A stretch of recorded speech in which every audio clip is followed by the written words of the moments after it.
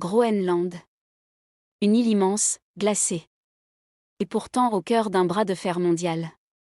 Alors pourquoi l'Europe reste silencieuse face aux États-Unis et à Donald Trump, quand Trump a évoqué l'idée d'acheter le Groenland, le monde a ri. Mais derrière cette provocation, il y a une réalité stratégique explosive. Le Groenland, territoire autonome du Danemark, est une clé géopolitique majeure.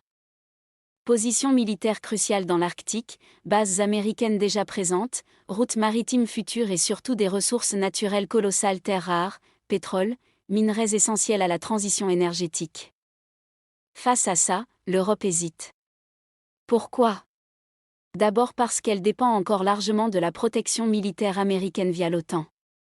Défier frontalement Washington, c'est risquer de fragiliser sa propre sécurité. Ensuite, parce que l'Europe est divisée. Aucun État membre n'a la puissance politique ou militaire suffisante pour s'opposer seul aux États-Unis, et l'Union européenne peine à parler d'une seule voix sur les enjeux stratégiques. Il y a aussi une réalité économique, les États-Unis restent un partenaire commercial vital.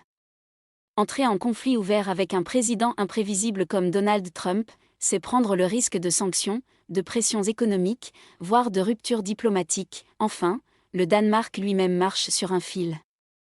Défendre la souveraineté du Groenland, oui, mais sans provoquer son allié américain historique. Résultat, une diplomatie prudente, presque silencieuse.